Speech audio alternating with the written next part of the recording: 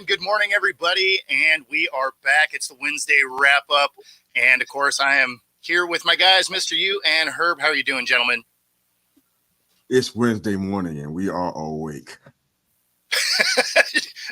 I ain't got much more than that. Way to set the bar low. Way to set the bar low.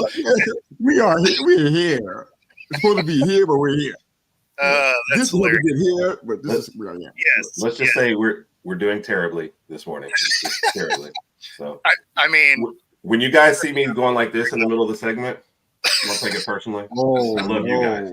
Okay, but yeah, that's hilarious. There was a lot of, especially since I've given up football and I'm exploring my other options right now. Right. I'm technically in the transfer portal, so. That's right. You switched over to what, pickleball? That looked like it had the pickleball is leading right now. Right? Pickleball is leading. So I don't I'm going to do some research. I still think cornhole should be on there. It because they're sponsored by Johnsonville Brats, right? So you're going to have some like food and beer and hang out with your buddies. So I have been at houses where we're either playing with cornhole or watching cornhole.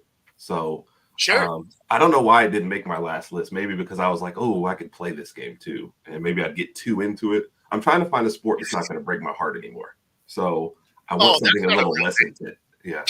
Oh, you think cornhole can break your heart? That's what I said. That's why I didn't make the list. That's why it's not on the pickleball is not going to be much better. This is if there's a winner or a loser, it's going to break your heart, man. Yeah. Well, competitive ballroom dancing was on there. In this. There's a competitive element at all in anything you're talking about. Yeah, but I need something I won't be as invested in. So competitive ballroom dancing was on there. I'm thinking that might make a list. So I don't know. Oh man. I see problem with that one too, but that's another story. I apologize to anybody who just tuned in and heard the words competitive ballroom dancing. It's like, what program? You still here? Don't leave. Come back. I'm so sorry. We're just joking. Don't leave. No, it's fine. Like 4 people just jumped off the stream. No big deal. Oh wow. I'm glad I can't see the number, so it's I can't take. I'll just pretend like I don't know anything. It's the easy button now. It was easy. So how was you guys' New Year? It was very, very tame. I'm not a big fireworks guy. I want them to stop shooting fireworks around my house. That's where I'm at in life.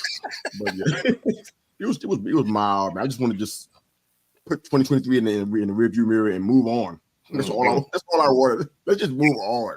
Yeah. Blue. Let's move on. Let's go. Yeah.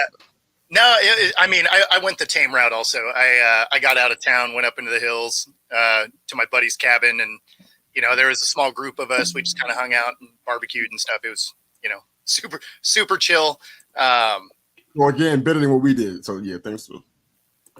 I mean, I don't know. I was up there in the snow. Like, if you like snow, it's cool. If you don't, then it's probably barbecued. Yeah. You don't think that was better? I thought he was going to send us another picture of a waterfall that he was watching, but yeah, because those suck as well. Yeah.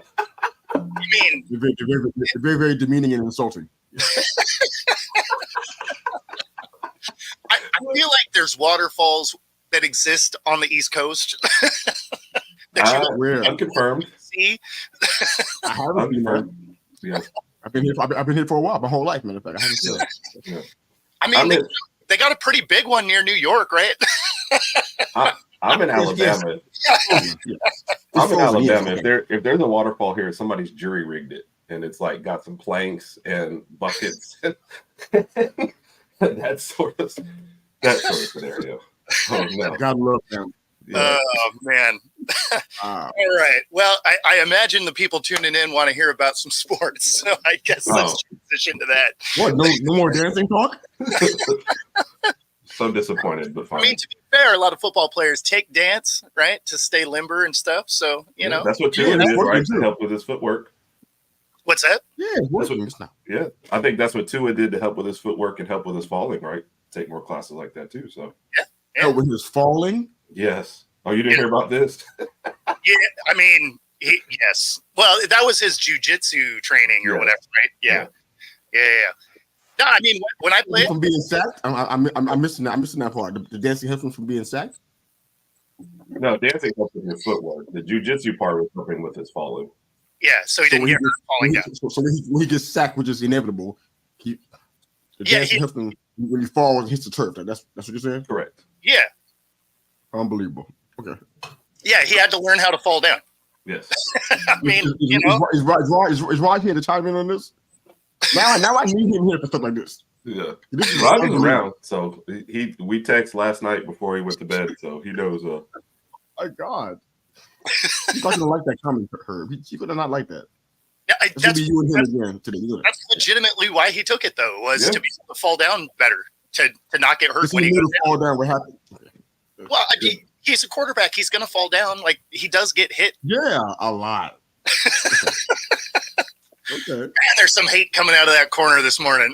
Yeah. Oh no, Mr. U was on fire this morning. Herb Before started that and one. after. No. Herb started that one. That's not me. That was the guy who comes in, throws a couple punches, and goes back and go. He started it. Right. That is you to a T.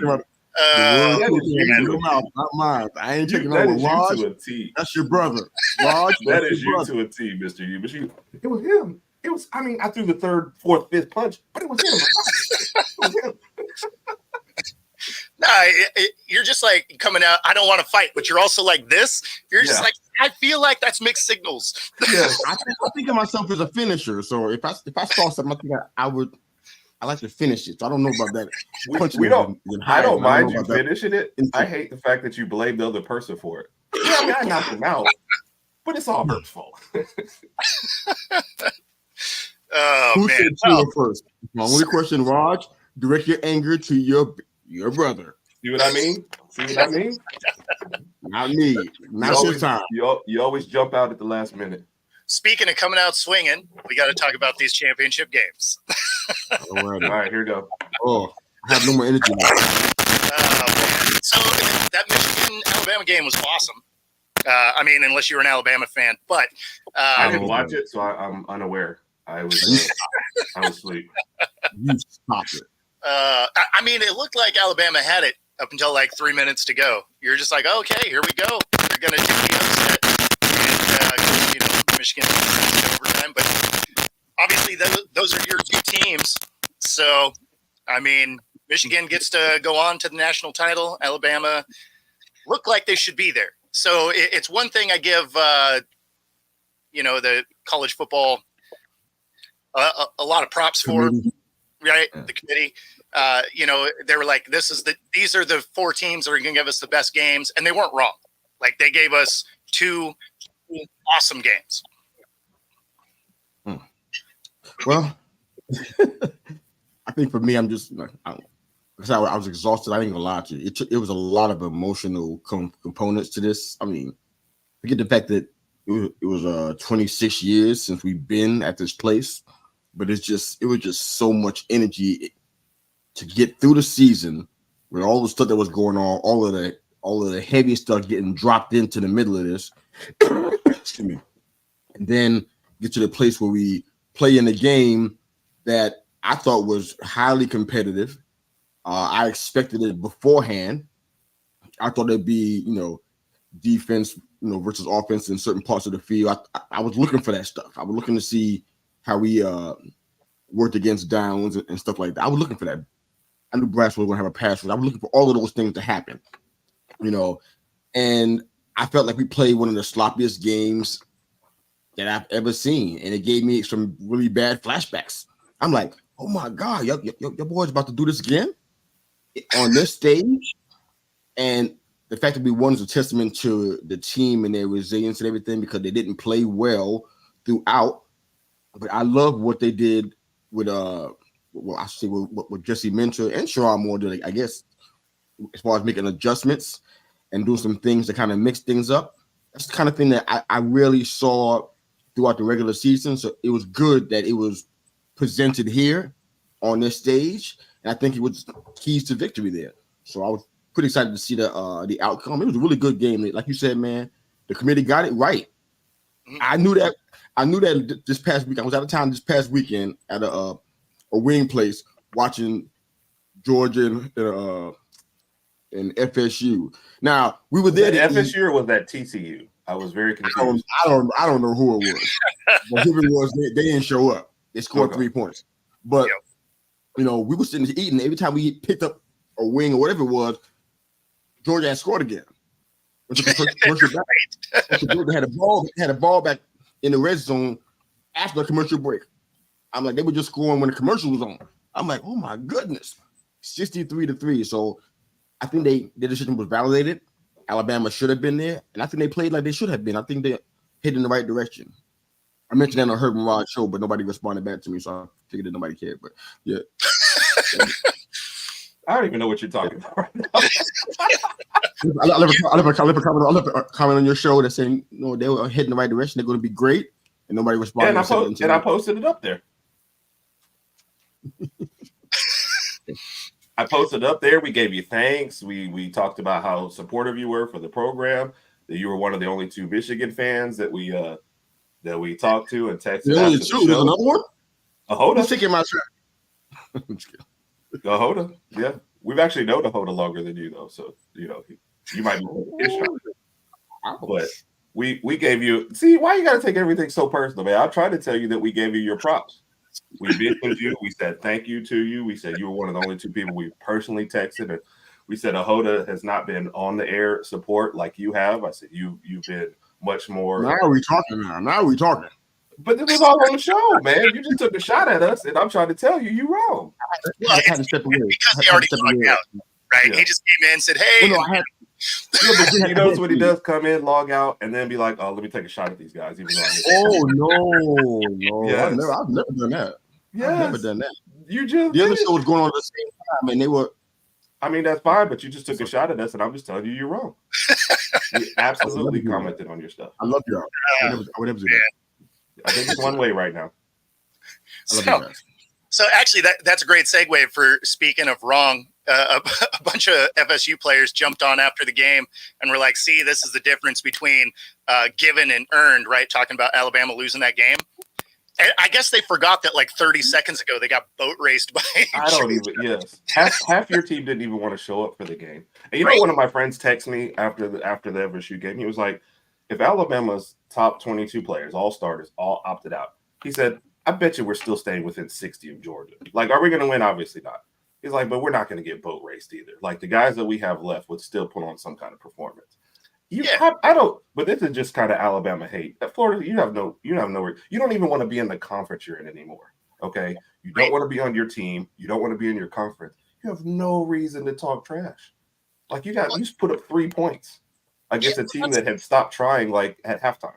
It's like, okay, you want to talk, that's fine, unless you get absolutely smoked, right? Yes. Your guys don't show up, and the guys that do show up get absolutely crushed. You can't then turn around and be like, oh, you guys lost. It's like, yeah, in overtime. What are we talking about?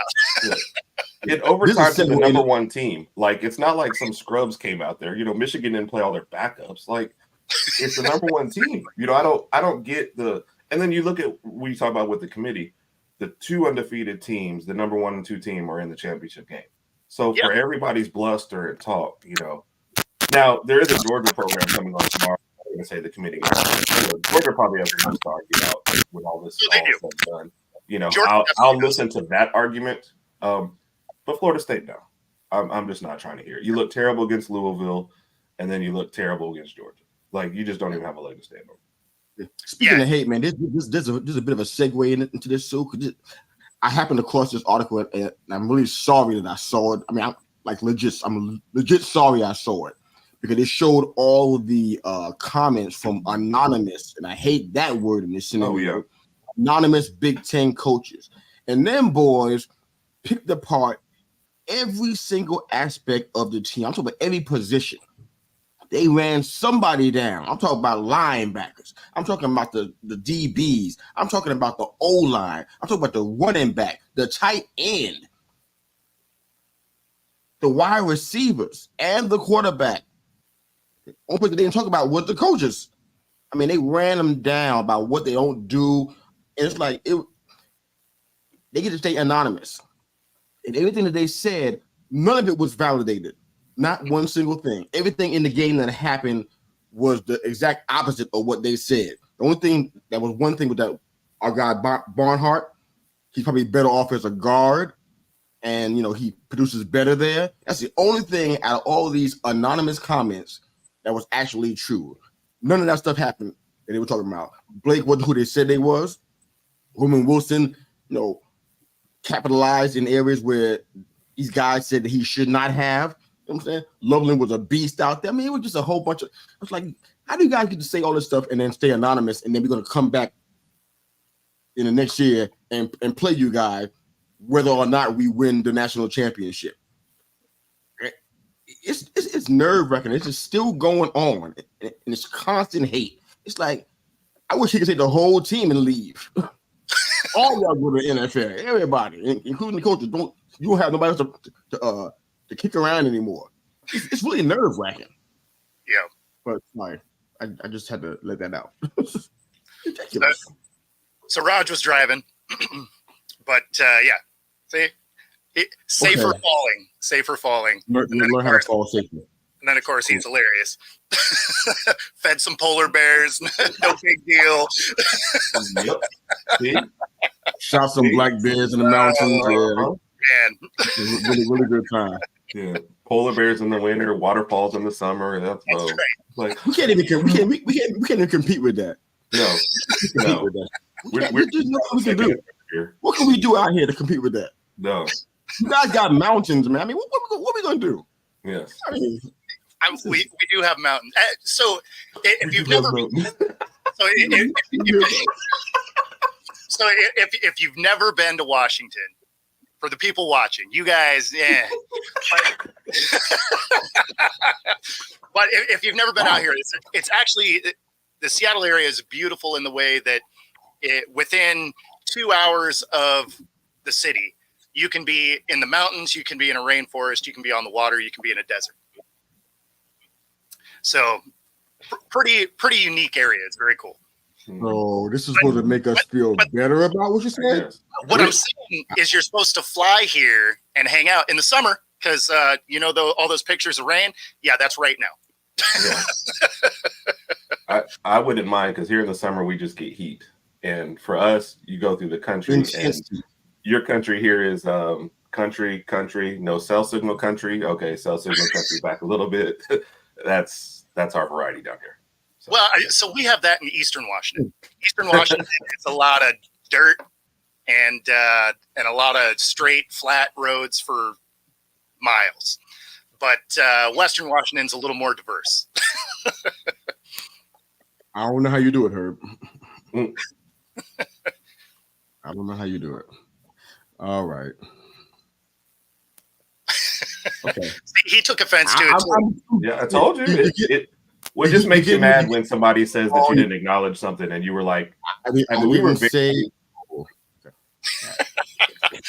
what, Mr. Yu? Okay, dude. How are you going to backtrack on this one? I look like a little brother. It's all good, man. I ain't backing up nothing, man. It's good. Thank y'all for the acknowledgement on the show, man. I appreciate y'all, man. All right. Well, and I was getting slammed on the other show that Bo was on, and I didn't. I was bouncing between the two of them. I was, and you must be Travis always being the victim. Well, Travis wanted to, but then you guys won.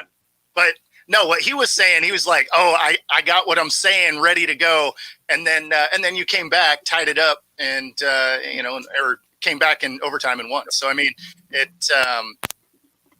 he was getting ready for it. He just couldn't because you guys pulled it out. But yeah, he was ready to talk.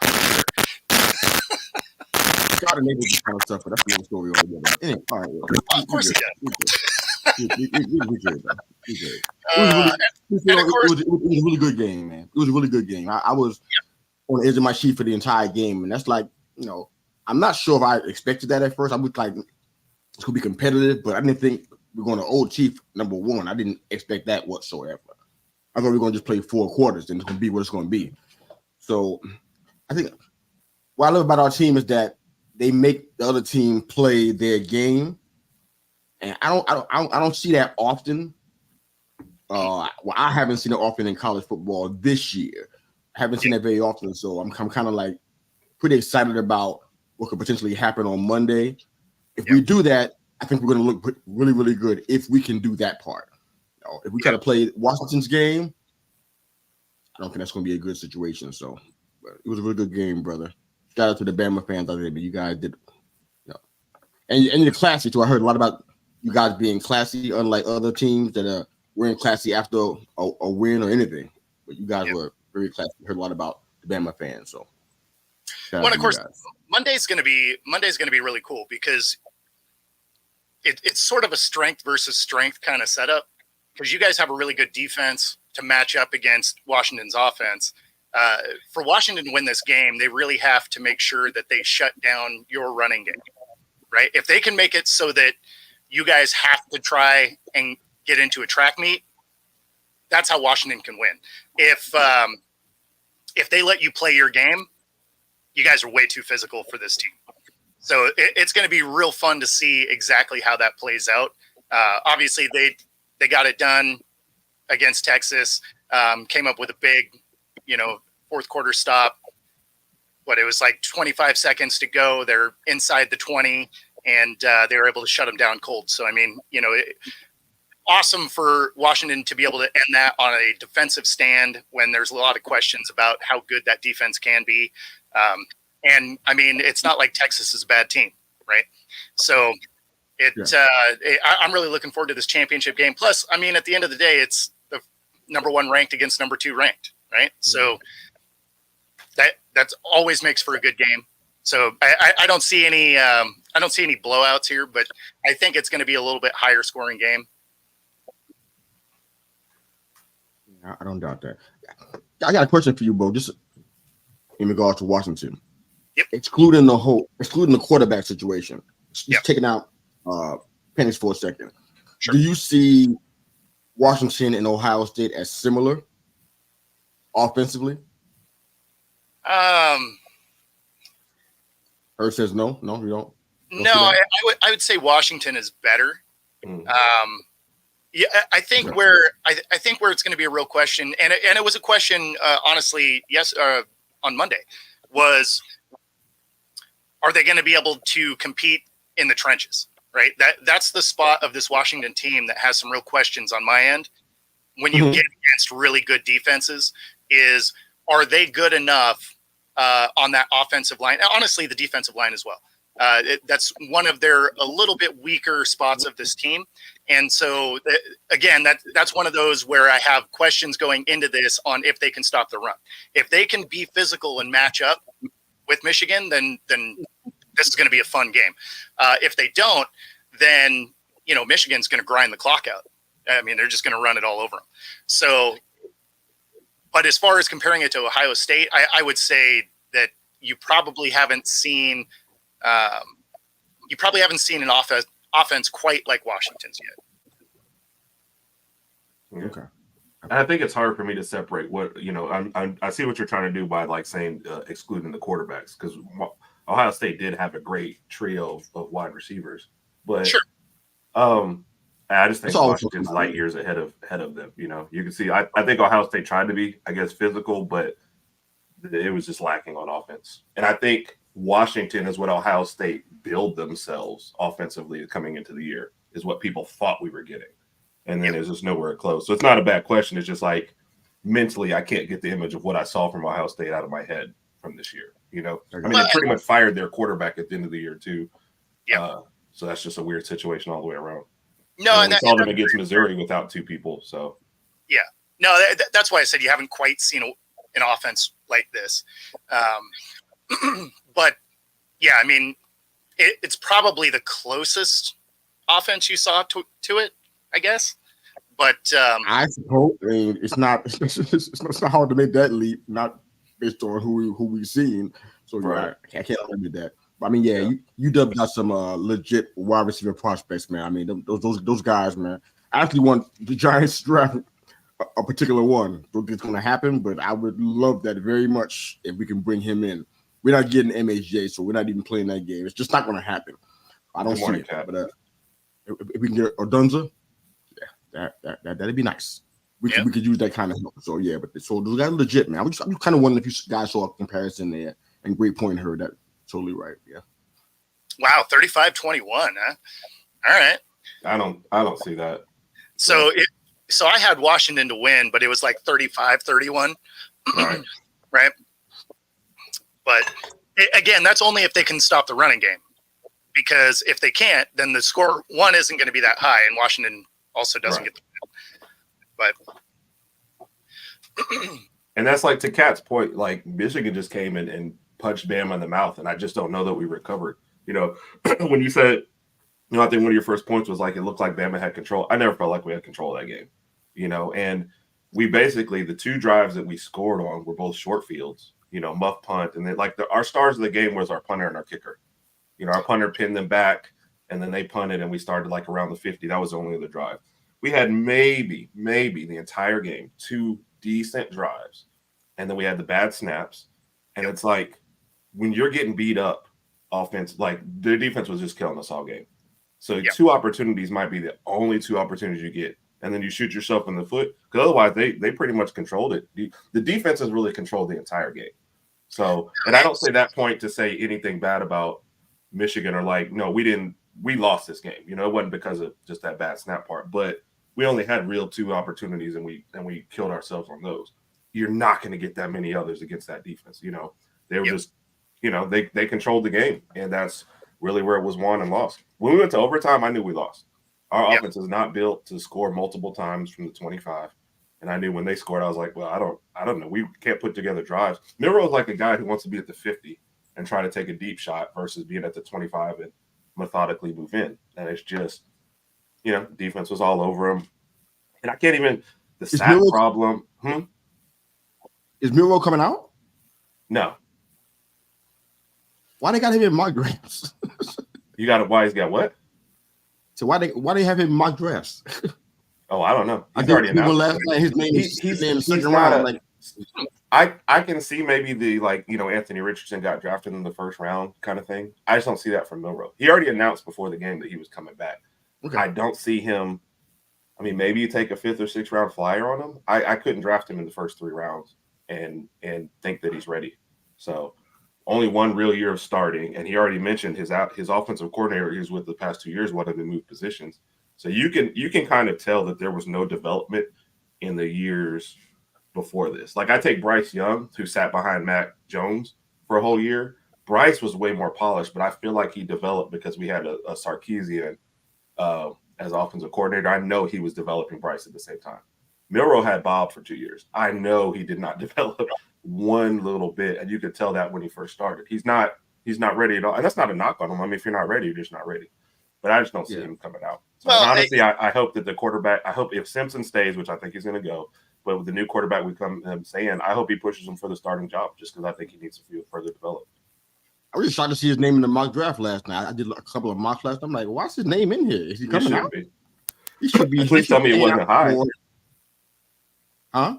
And please tell me it wasn't high. Do you think second round is high? Yes. I think that's too high for him, especially given the other quarterbacks and what they did this year. Like, I think we're looking at like maybe his last. Yeah, I think we're looking at his like last 3 or 4 games before Michigan and thinking, oh man, he's right now. Based on kind of where guys are projected, that means he would be getting drafted in that mock draft close to a Bo Nix, which makes no sense. Right. Well, yeah, they were in the same round. Bo Nix stays at the top of the second every mock that I do, and I'm like, right. No, but that's what it means. So that would yeah. We're getting ahead of ourselves, but Denver's like, they ain't letting him fall ever. But that's another story. I mean, some of the reason why he may not look quite as good also is when you think of Nix and Penix and Daniels and Williams, May, right? Like all these guys that are coming out, they all have thousands of snaps in college, right? Right. Like all 3 of those, or all 5 of those guys, I should say, are as old as like Anthony Richardson, CJ Stroud, Bryce Young, Trevor Lawrence, Justin Fields, right? Guys that have been in the league. They're coming out of college now at the same age that, like Justin Fields been in, 2 years, 3 years? Right? Yeah. 3 years. So, I mean, these guys should look more polished because they have so much time So, I mean, some of that definitely skews perspective also, right? Like he's Yeah. probably not as bad as the eye test gives you just because these guys aren't leaving as early as, what we've gotten used to seeing. Right. So, and that's why I say I don't mean it to say it as sorry, Mr. You real quick. I don't mean to say it as a knock on him. Just I think sometimes we got a little caught up in how the year ended and forget he's only started one full year. Like I said, with no development beforehand, there was just a lot, that needed to be done. I think Ohio State took away the deep pass, tried to take away the run, and at times there was intermediate stuff open, but that's just not. See, there we go. That's just not his strength, and I think they knew it. Mister, you mentioned it on our preview show. If they can turn him more to a passer, they did turn him into more of a passer. And he just can't hit that short to intermediate stuff yet. They took away the deep pass, and they knew that was his strength. And I think when he scrambles, that's what he's looking for. What's 30 yards on the field versus where's this guy 5 yards? And against Michigan, taking 5 yards would have been perfect. So, but again, they controlled the game. They had a great game plan on defense. And, my hat's off to them. That's why I think most Bama fans are congratulatory because we're like, I feel like we played, good. I don't feel like it was – Georgia didn't give us any credit after we beat them. They just said, oh, we beat ourselves. I didn't want to be that person, Michigan beat us, and it is what it is. Sorry, Mr. So is Miro the guy? That's okay. So is Miro. I mean, I know you and Roger here talking, but is Miro the guy for next year too? You like his development? You like where he's going, or you guys? I mean, in college, it does happen. Guys get swapped out, and before you know it, the guy you thought was going to be the starter is no longer the starter anymore, and he's. So is Miro the guy going forward for you guys? Because I never heard anybody say anything about this so far. So I'm just kind of wondering, do you like him going forward, or? Nick doesn't change out very easily. You could even see with the Jalen Hurts situation. Jalen, it went into the first game before he was like, all right, Jalen is going to be the guy, over who I think Bateman or somebody else was there. So he will start off with the job next year. Depends on. So we started this year with 5 quarterbacks. One is already transferred.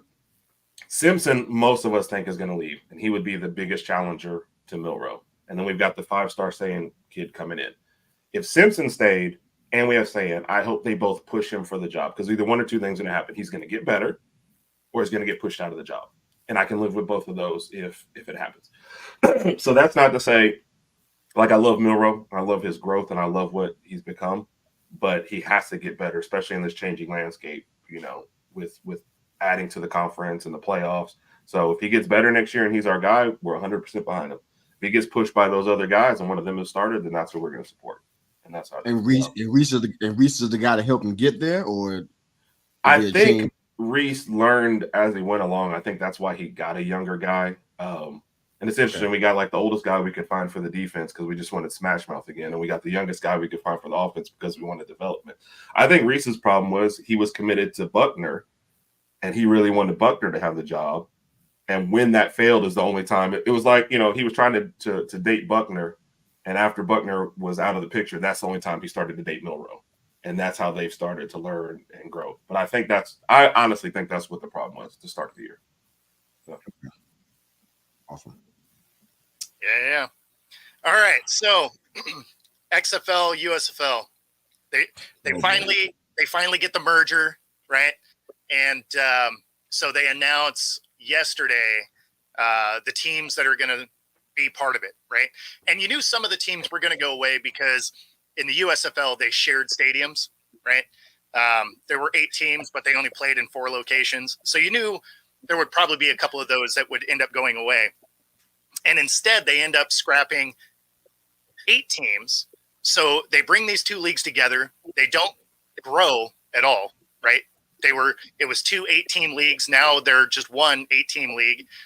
They also get rid of all the West Coast teams. So now it's a regional sport. This absolutely cannot help their platform grow. This is one where now they've limited the cities they're in. They've gotten rid of the West Coast audience, right? They get rid of Vegas's team. They get rid of Seattle's team. So they got rid of the Pac-12. East Coast too. Yeah, East Coast got smashed too. Well, so it's really crazy. So in the XFL, they get rid of the Orlando Guardians, Seattle Dragons, Vegas Vipers, right? In the USFL, they get rid of the New Jersey Generals, the New Orleans Breakers, Philly Stars, and Pittsburgh Maulers. And what's crazy about some of those, Orlando Guardians too. yeah, exactly. So the thing that's crazy about it is some of those teams were in their playoffs last year. Right? So it's not like they were getting rid of teams that weren't any good, right? So that's kind of crazy. Now that's only 7 teams, and it sounds like the math doesn't work, but it does, because Houston weirdly had a team in both leagues, and so they're blending those 2 teams together. The thing that's just bizarre about how they're blending it is they are taking the players from the XFL and the front office from the USFL, and that's how they're creating that team. So that seems really weird. What happens to the players from the teams that are like they have to try out for other teams? So they haven't announced what's going to happen there. I would imagine there's probably going to be some draft, right? That other teams can pull from the teams that are getting eliminated. Because I mean, that's 8 teams worth of players. They got to be doing something. They got a couple that happen, I think, this month. 2 days. I think either the 5th or the 15th. It's one of those 2 deals. And they pull almost like it's not an expansion draft, but I don't know how to describe it, but I guess it's an expansion draft. All those guys that are on teams that were not included in all this stuff, they can apply to be drafted. That's crazy. Okay. 18. I have no idea how this is going to work. Yeah. I mean, it's not. There's going to be a lot of people that are on the outside looking in, and it feels like they missed a huge opportunity here. Like, definitely, this definitely should have been a scenario where they go from each league having 8 teams to maybe jumping up to say 12, right? Because again, since there were shared stadiums, it makes sense that some of those go away if they can't find a location or whatever. But say it drops down to 12 from 16. You keep the West Coast so that you have a nationwide audience. For them to just have like a corridor of teams, I don't know how you grow the sport in that way. Like the merger I get a little bit, because then you have, the USFL was owned by Fox, right? So you have some obvious TV contracts that you can work with, stuff like that. But I mean, how are you going to eliminate, part of the East Coast, all of the West Coast? Yeah, and give Texas 2 teams. I mean, none of that makes sense. Maybe in Texas, right? Yeah. You think it's because of travel and the money costs on that? That's why they're trying to centralize it then? So that's honestly what I thought. It's just a logistical thing. They're trying to save money. But I mean, it seems crazy if you're trying to grow. Oh, I agree. Grow a league to, especially to pull teams out. Like if there weren't teams there already, fair enough, right? But to pull teams out, it's like, oh man, if you were to eliminate teams that didn't play in the city they represented, that's fair enough, right? Those fans didn't get to see their team anyway, right? But if you're pulling it from stadiums that are there, that already had people going to those, that seems wild to me. I got a few problems here, and I don't know if this is going to be the reasons why this is happening, because unfortunately I went down a rabbit hole last night and this morning trying to get information. They ain't nothing to find. But I dug as deep as I could to try to find out why are you guys doing it like this. Now on our behalf, for the 4 of us, this is good because in the spring, March, April, May, we got something to talk about that relates us around the pigskin. So we can't be hypocrites about it. We got something to talk about. That's going to be good for us. Because we don't want to talk about other sports because we don't really care about them as much. No, I'm with you.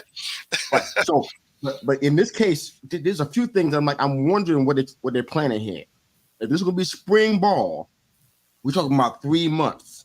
You can't have 16 teams in 3 months. It's just not. It's not going to work. You have to have football on almost all day long, every weekend for 3 months. It just can't happen. So it has to be a small amount of teams. That part I get. It's only a 10-game season anyway, so it's not like it's what? Yeah, it's only a 10-game season. It's basically a college season. That doesn't even make any sense. Yeah, well, and so that's where even had they gone with all 16 teams, like that would have worked. You're still going to have 2 conferences, right? So it's they have the USFL conference and the XFL conference. So I mean, it's similar to the NFL that way, right? But They got the But AFC, it wasn't NFC. the same, but they weren't playing at the same time when they were doing this. It's not. It's Well, not. they weren't before because they had 8 teams, right? So, I mean, they were limited by TV contracts and stuff as well in their inaugural seasons. Well, now with the USFL and now the UFL, right? They're co-owned by Fox. I mean, they literally own the TV studios. So, I mean, there's a lot of factors into this that go into this. I mean, one of the things I noticed in that, I saw how many, like 4 or 5 East Coast teams that got knocked out. Part of that, I think, is because the big markets attendance was suffering. Yeah. On the West Coast, in the big market, like in LA and in New York, I mean, the Generals weren't breaking it in as far as attendance goes. So they probably figured out it's probably more cost effective because last year they lost $60 million. They didn't gain that. That's how much they lost in revenue last year. And they're trying to they have a goal of $100 million for this year. So it's like, how do you get there and not lose money? You can't have, all your lights on and nobody at the games. You can't do that, right? I mean, they got goals that the product had to get better, right? Like the product had to get better. There was only a couple of teams that, you'd watch and be like, oh, okay, these guys could potentially play in the league. So, I mean, and that's where some of it falls on, college football as well, right? It's the argument I made last year was they should get rid of that amateurism rule, right? Let some of these kids that aren't necessarily going to be starters in D1, go over to, some of these expansion spring leagues, whatever you want to call them, and not lose their eligibility, right? Because some of these guys just need more snaps to develop, right? So if they want to use this truly as a developmental league, and the NIL is essentially paying players already, then just get rid of the amateurism rule. And then just, if you want to try to eliminate some sort of pro coming back, whatever, make it so that if you go to the NFL, you can't come back to college. But if you go to one of these developmental leagues, you still have the eligibility to come back. Like I don't love the amateurism rule now that the NIL exists, the transfer portal, and you're essentially paying players at this point. Let's just call it what it is. You're paying these players, allow them to be able to move around.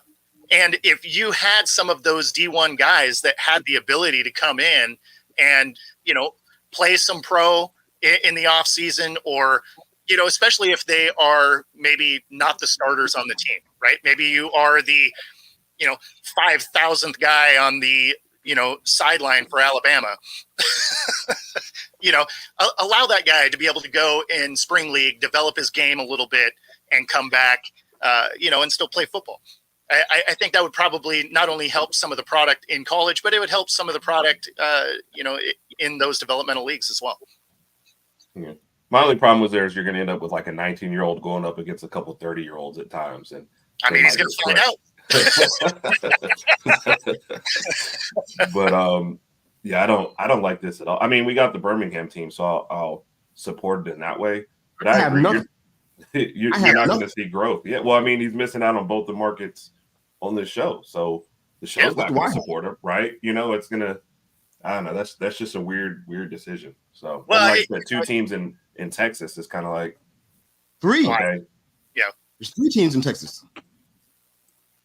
Arlington, San Antonio, and Houston. Oh shoot, I wasn't even thinking Arlington. Yeah, because that's where my brother is. That's where Raj is. Former Dallas Renegades. So I guess Raj is rooting for Arlington. I skipped right over Arlington. Yeah, so that doesn't even make sense.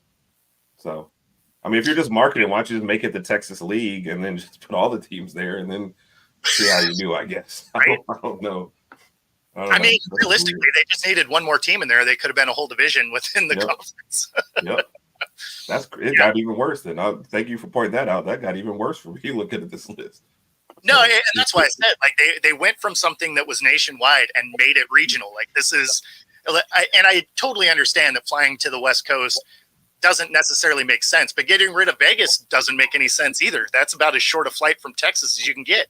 So that's, I don't know. The way that they went about it, when they originally announced it, I'm like, okay, they're trying to grow and this is going to be cool. And then on Monday, they announced everything that they were doing, you're just like, wow, I feel like they really missed the mark with this merger overall. I'm missing something in this. All this stuff. Yeah, it can't just be about the travel costs. Why'd you pick these places? I'm trying to figure out, is there like something here that maybe conspiracy theorists, he's in there, he just comes out once in a while. Why'd you pick these places? Yeah. Forget the East Coast, West Coast thing we're talking about. Forget that. Why'd you pick these particular places? Is there a reason why that's happened? I mean, some of these places are actually places where they've been talking about NFL franchises for quite a while now. Mm-hmm. I think there's about one, two. They're talking about Birmingham. That's one of the names on the list. Right. Memphis was on the list for NFL franchise. Yep. San Antonio. I think San Antonio for a different sport. I think it was baseball. Oh, okay. So they would about 3 or 4 teams places were on this list for NFL franchise. I'm just wondering, like, is that what we're doing? Nah, you know what it is. It's actually even simpler than that. It's because this is co-owned by The Rock. Those are all the spots that Monday Night Raw is going to be filmed this year. That way he can go. I'm laughing, but at the same time, I want to go Google where Raw is going to be stopped. I'm like, wait a minute now. I mean, that would make the most sense out of this. Like, I don't know how you miss New York. I don't know how you miss the East Coast. I love the Pac-12. I don't know how you miss the whole West Coast and decide 3 in. They must be losing money. Yeah, 3 in Texas, and I don't even. I'm. It's nice that Birmingham one is here, but Alabama would not have been one of my first. Stop. We're such a college football state. Yeah. Sometimes it's hard to get that same. Like, we can't get the same emotions up on Sunday most time that we do on Saturday. So that's why you lose out with wanting to put a pro team here. So something's up with this, man. Because they could pick a lot of places to do these kind of games. They didn't have to pick these. I'm like, there's something to it, man. I'm gonna stand on that one because there's something going on here. Because why these spots out of all the places? Why you pick Michigan and Texas? I get that because those are football. Those are football places. I get that.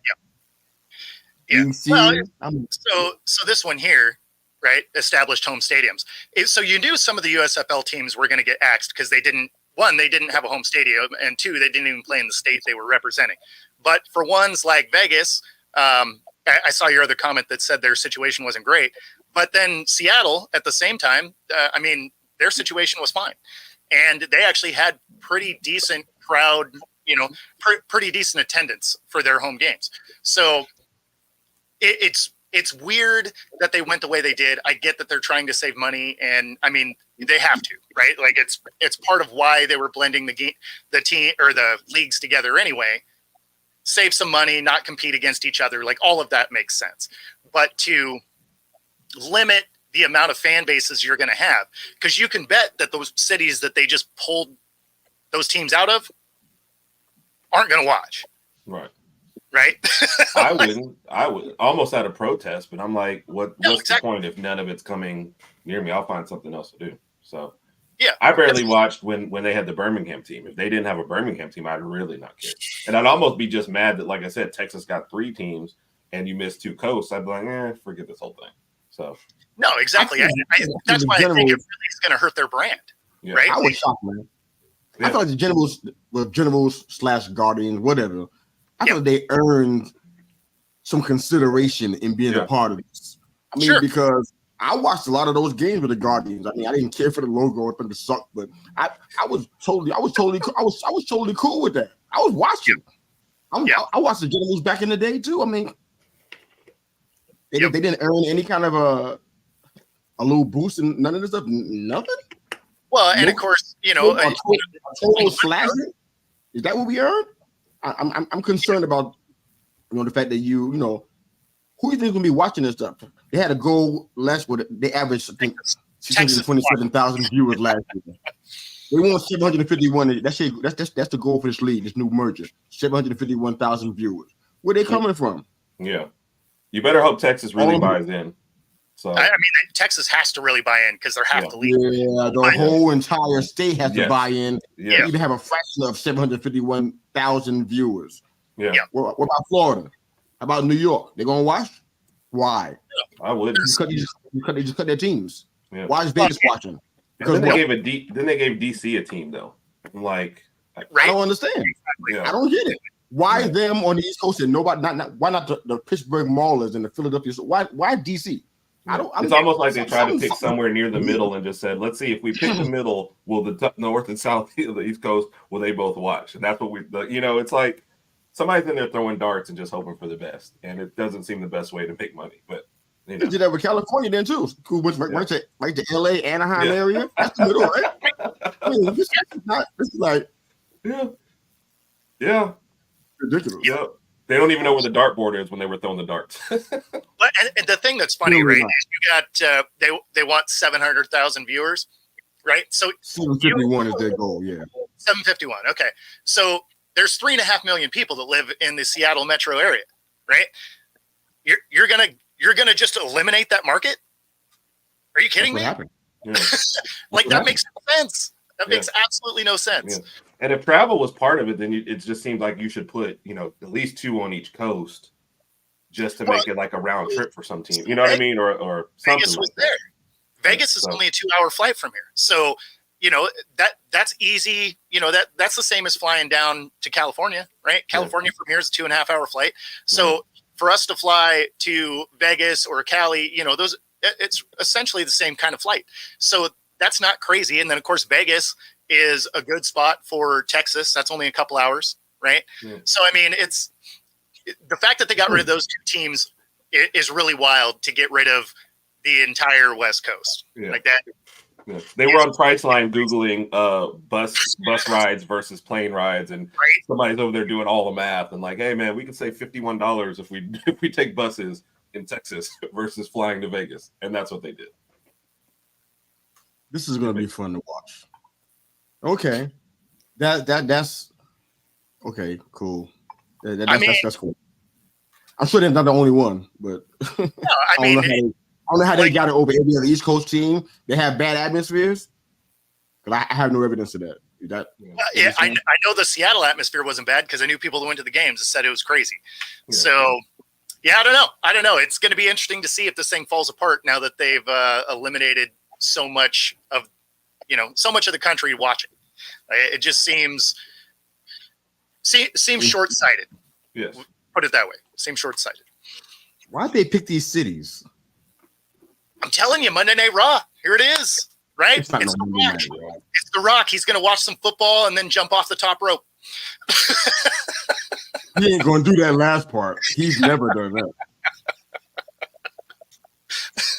Now I got to watch Raw every week just to see what's going on. Thanks a lot. Oh, here we come.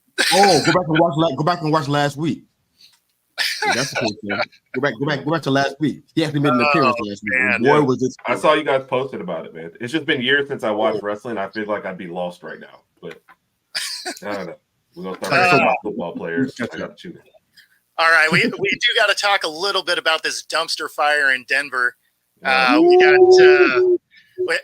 We got Russ coming out in press conferences. They're talking about litigation from the NFLPA now because it's not performance based; it was based on the contract, and seems a little crazy. I mean, this offseason for Denver is going to be fun to watch. If we were ever worried about not having stuff to talk about, that is now gone. Because this is going to be a problem, and it's going to be a problem for a while because no matter how this goes down, the NFL is going to put their thumb on it until after the Super Bowl because they don't want the distraction. But they'll let this fire burn until free agency starts, right? So they're going to be like, okay, you guys can now make this public and be a problem. And it'll fit right in with the 10 coaches that are going to get fired. So it's but no, it's a situation that's going to be very interesting because the benching comes out into the press conference and it's like, oh yeah, they told me about this in October, and so I don't know. It's going to be interesting to watch, but from the way this is all playing out, it sure looks like Russ took his last snap there in Denver. Yeah.